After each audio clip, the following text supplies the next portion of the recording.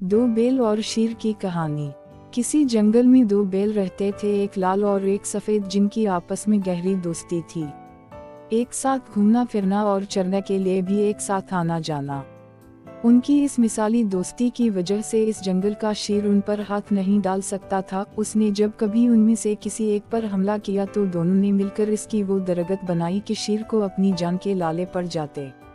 शेर ने एक चाल चली, लाल बैल से चिकनी चपड़ी बातें करके और रोशन मुस्तकबिल के सहाने सपन दिखाकर अपने साथ मिला लिया। लाल बैल इसकी बातों में आ गया कि बैल की दोस्ती के मुकाबले में शेर की दोस्ती ज्यादा महफूज नजर आ रही थी।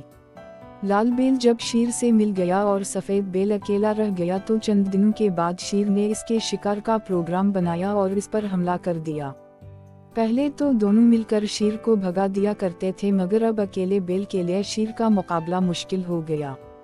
सफेद बैल ने अपने साथी बैल को बहुत पुकारा, बहुत आवाजें दी, पुरानी दोस्ती के वास्ते दिए और बैल होने के नाते भाईचारा का एहसास दिलाया। मगर शेर की दोस्ती के नशे से सरशार लाल बैल टस से मांस न हुआ और अपनी बरादरी के एक फर्द को शेर के हाथों चीरफाड़ का शिकार होता देखता रहा।